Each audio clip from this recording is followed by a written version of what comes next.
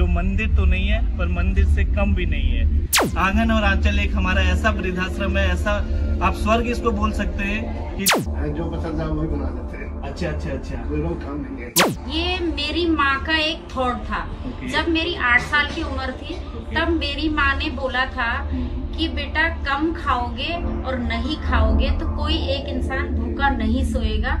ये जो वृद्ध लोग हैं इनको हम भगवान स्वरूप मानते हैं। ये जो बुजुर्ग हैं अपनी जिंदगी नहीं जी पाते हैं, तो हम इस वाली जगह पे हम कुछ दिन तक ही हैं। जनवरी है। ये राम प्यारी का और इसका 22 किलो वेट था, दोनों आंखों की अंधी थी। इसके साथ बहुत सारे अब्यूज हुए थे। इसकी बॉडी से 1.25 किलो सीमेंट निकला था। 25 दिन तक इसके लिए मैं घर भी नहीं गई थी इसकी सेवा। आगे लोगों से हाथ जोड़कर ये अपील करना चाहती हूँ कि इस नर सेवा नारायण सेवा बुजुर्गों को अपना आसियाना देने में हमारी मदद करें।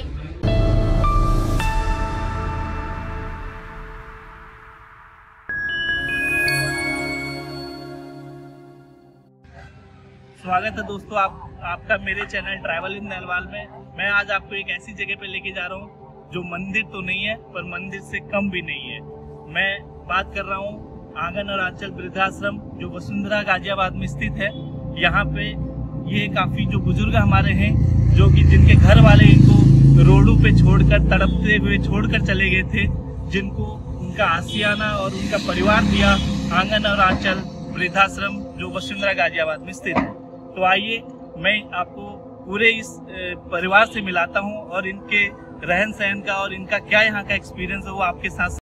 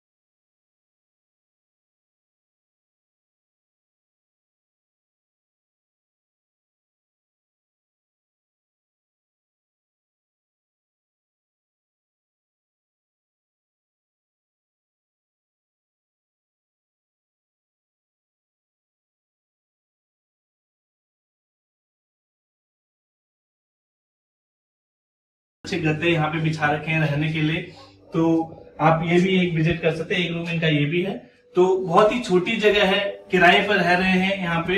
तो मेरा आपसे ये दरख्वास्त है कि अगर आप लोग यहाँ पे दिल्ली एनसीआर में कहीं भी आप लोग रहते हैं तो जरूर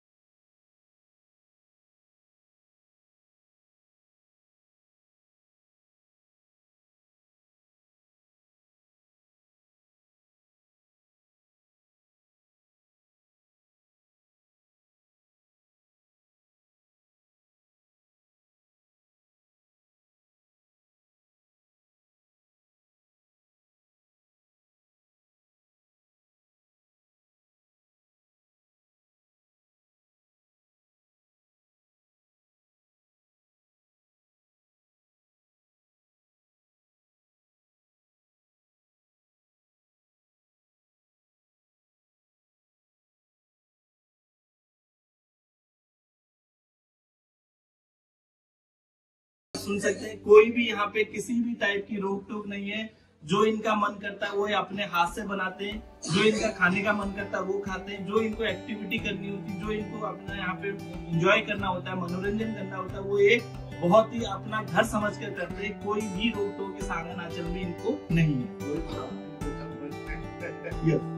और एक बेस्ट पार्ट मुझे इस आंगनाचल की ये लगी, हालांकि मैं भी बहुत टाइम से यहाँ पे आते जाते रहता हूँ। मैं भी अपने बर्थडे हुए सेलिब्रेशन, छोटे मोटे सेलिब्रेशन यहाँ पे करे हैं मैंने पहले भी, और मैं करता आता हूँ। तो मुझे ये बेस्ट पार्ट इस आंगनाचल वृद्धाश्रम की ये लगी कि यहाँ पे कोई रोक टोक नहीं है, ना कोई लॉक। जैसे मैंने बहुत सारे और वृद्धाश्रम भी देखे जहाँ पे लॉक लगा के चले जाते हैं, बट यहाँ पे इस टाइप का कुछ भी ऐसा माहौल नहीं है। यहाँ पे बुजुर्ग हमारे, जैसे अभी नानक बाबूजी मेरे को बता रहे थे कि वो शाम को 5 बजे अपना घूमने के लिए बाहर निकल जाते हैं। तो इस तरीके का माहौल यहाँ पे बना रखा है, घर जैसा माहौल बना रखा है। तो आप भी इधर को कभी अगर आप लोग भी अगर नियर बाई में रहते हैं, दिल्ली एनसीआर में आप रह रहे हैं, तो मेरी आपसे रिक्वेस्ट है, ये मैं स्पेशल आपसे रिक्वेस्ट करना चाहता हूँ कि आप भी आंगनाचल वृद्धाश्रम में आइए और अपनी खुशियों को, अपने घर की खुशियों को, अपने बच्चों के बर्थडे को, अपने बर्थडे को, अपनी एनिवर्सरीज को यहाँ पे आके सेलिब्रेट करिए। हमारे इन बुजुर्गों के साथ, इन प्यारे से बच्चों के साथ सेलिब्रेट करेंगे तो आपको बहुत ही ज्यादा खुशी मिलेगी। तो चलिए आइए, अब मैं ले चलता हूँ आपको आंगन और आंचल की संचालिका सुदर्शना जी के पास, जिनसे हम पूछेंगे कि उन्होंने इस आंगन और आंचल को कैसे शुरुआत करी थी यहाँ पे और किस तरीके से वो यहाँ का संचालन कर रही है। तो चले आइए दोस्तों, सुदर्शना जी से पूछते हैं कि आंगन आंचल को कैसे उन लोगों ने शुरुआत किया है यहाँ से। तो नमस्कार सुदर्शना जी, कैसे हैं आप? बहुत बढ़िया सर। तो आप अपने मुँह जुबानी हमें बताइए कि किस तरीके से आपने आंगन आंचल को शुरू किया और इस वृद्धाश्रम को शुरू करने का क्या थॉट प्रोसेस था और क्या आपका मोटिव था उसके पीछे? हाँ, ये वृद्धाश्रम जो बनाया है ये मेरी माँ का एक थॉट था। जब मेरी 8 साल की उम्र थी तब मेरी माँ ने बोला था कि बेटा कम खाओगे और नहीं खाओगे तो कोई एक इंसान भूखा नहीं सोएगा, और हमें भूखा ही रखा था। लेकिन जो लोग आए थे उनको भोजन कराया था, लेकिन उस टाइम हमारी उम्र ऐसी थी कि हमें समझ नहीं थी। जब समझ आई तो माँ ने जो बोला था कि हम इन्हें मांगने ही न दे, उसी प्रोसेस के साथ हमने आंगन आंचल, और ये जो वृद्ध लोग हैं इनको हम भगवान स्वरूप मानते हैं, इनकी हमने सेवा शुरू की। तो आपने कब इसको शुरुआत करी थी, ये सांगनाचल वृद्धाश्रम की? ये 2019 में की थी। ओके, 2019 से आप यहीं पे थे, मतलब अभी किराए पे ही आप रह रहे हैं? नहीं, ये 2019 में मैंने सेक्टर 3 में ही दूसरी बिल्डिंग में शुरू किया था। तब से हम 6 बिल्डिंग बदल चुके हैं। अच्छा, तो ये बिल्डिंग बदलने में आपको कितनी परेशानियां, कितनी कठिनाइयों का सामना करना पड़ता है? क्यों ना आप ऐसा कुछ, हम लोग ऐसा मुहिम चलाएं कि जिससे हम अपना खुद का आशियाना इन बुजुर्गों के लिए खड़ा कर सकें। तो उसके लिए आपकी कोई प्लानिंग वगैरह चल रही है, कुछ इस तरीके का हम कुछ सोच रहे हैं क्या? बिल्कुल, जो सर आपने कहा है, इसी प्लानिंग में बस सभी लोगों के सहयोग से हमने एक प्लान किया है। जो किराए का मकान पहले तो मिलना मुश्किल होता है, और जब मिल जाता है तो शिफ्टिंग में प्रॉब्लम होती है। एग्रीमेंट 1 साल का बनता है, मकान मालिक की टर्म कंडीशन होती है। दूसरी सबसे बड़ी समस्या इसमें होती है, पड़ोसियों का इंटरफेयर होता है। हमें अच्छा लग रहा है, सेवा कर रही है, सामने वाले को नहीं लग रही है तो उसके ऑब्जेक्शन होते हैं। मतलब ये जो बुजुर्ग हैं अपनी जिंदगी नहीं जी पाते हैं। तो अभी आपका कुछ प्लान चल रहा है इसके लिए कि अपना आशियाना इन बुजुर्गों के लिए हम बना सकें? बिल्कुल, इसका हमारा एक प्लान चल रहा है, इनको अपना आशियाना देने का। और उसके लिए हमने एक प्रोजेक्ट आशियाना शुरू किया है, जिसमें कि कई लोगों ने हमें सपोर्ट किया है और जिनके नाम हमने बैनर में लिखे हुए हैं।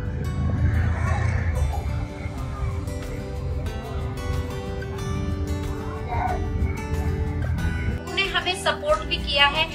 उन लोगों का मैं तहे दिल से धन्यवाद करना चाहती हूँ और आगे लोगों से हाथ जोड़कर ये अपील करना चाहती हूँ कि इस नर सेवा, नारायण सेवा बुजुर्गों को अपना आशियाना देने में हमारी मदद करें, धन्यवाद। तो मैडम, अब आप मुझे ये बताइए कि आपका कब तक का प्लान है? यहाँ से जो आप बता रहे हैं कि आप जमीन और आशियाना बनाने की सोच रहे हैं,